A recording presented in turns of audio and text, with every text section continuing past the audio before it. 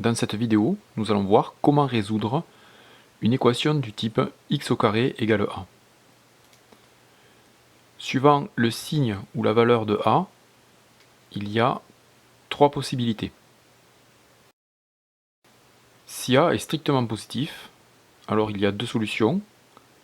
La première c'est x égale racine de a, ou bien x égale moins racine de a.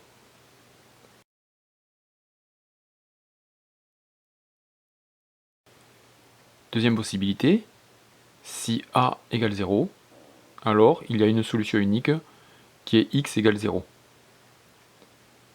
Dernière possibilité, si a est strictement négatif, alors dans l'ensemble des réels, il n'y a aucune solution, puisque un carré est toujours positif dans R.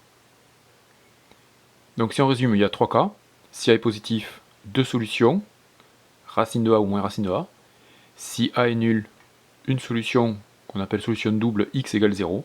Et si A est strictement négatif, pas de solution dans les réels. Nous allons prendre trois exemples.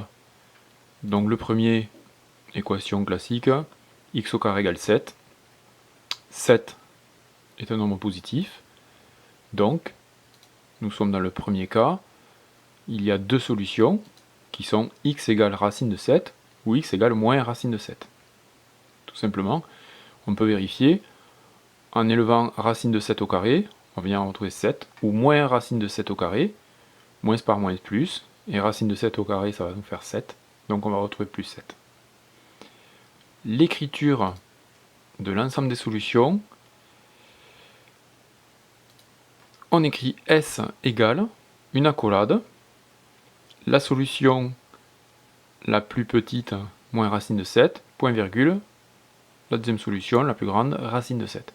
Et on ferme l'accolade. Puisque l'ensemble des solutions, comme son nom l'indique, est un ensemble, on l'écrit sous cette forme-là. Donc S égale avec les solutions entre accolades séparées par un point virgule. Deuxième cas, x au carré égale moins 12.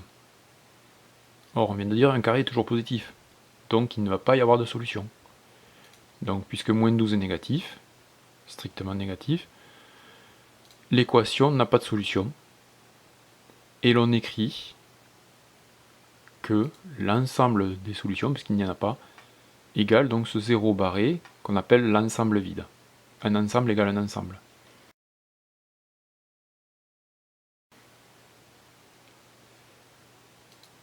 Troisième cas, x au carré égale 80.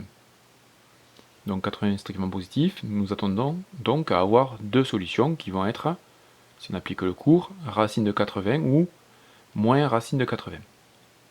Alors on ne va pas laisser le résultat comme ceci, on va chercher si dans la solution, le terme qui est sous la racine ne contient pas un carré parfait.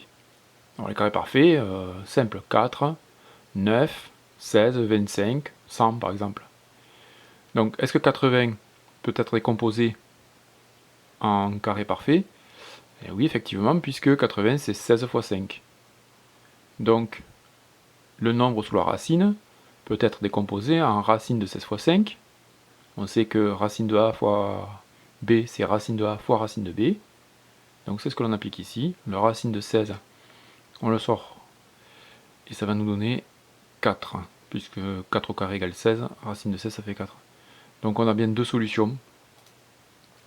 On écrit donc l'ensemble des solutions et S égale, entre accolades, moins 4 racine de 5 ou 4 racine de 5.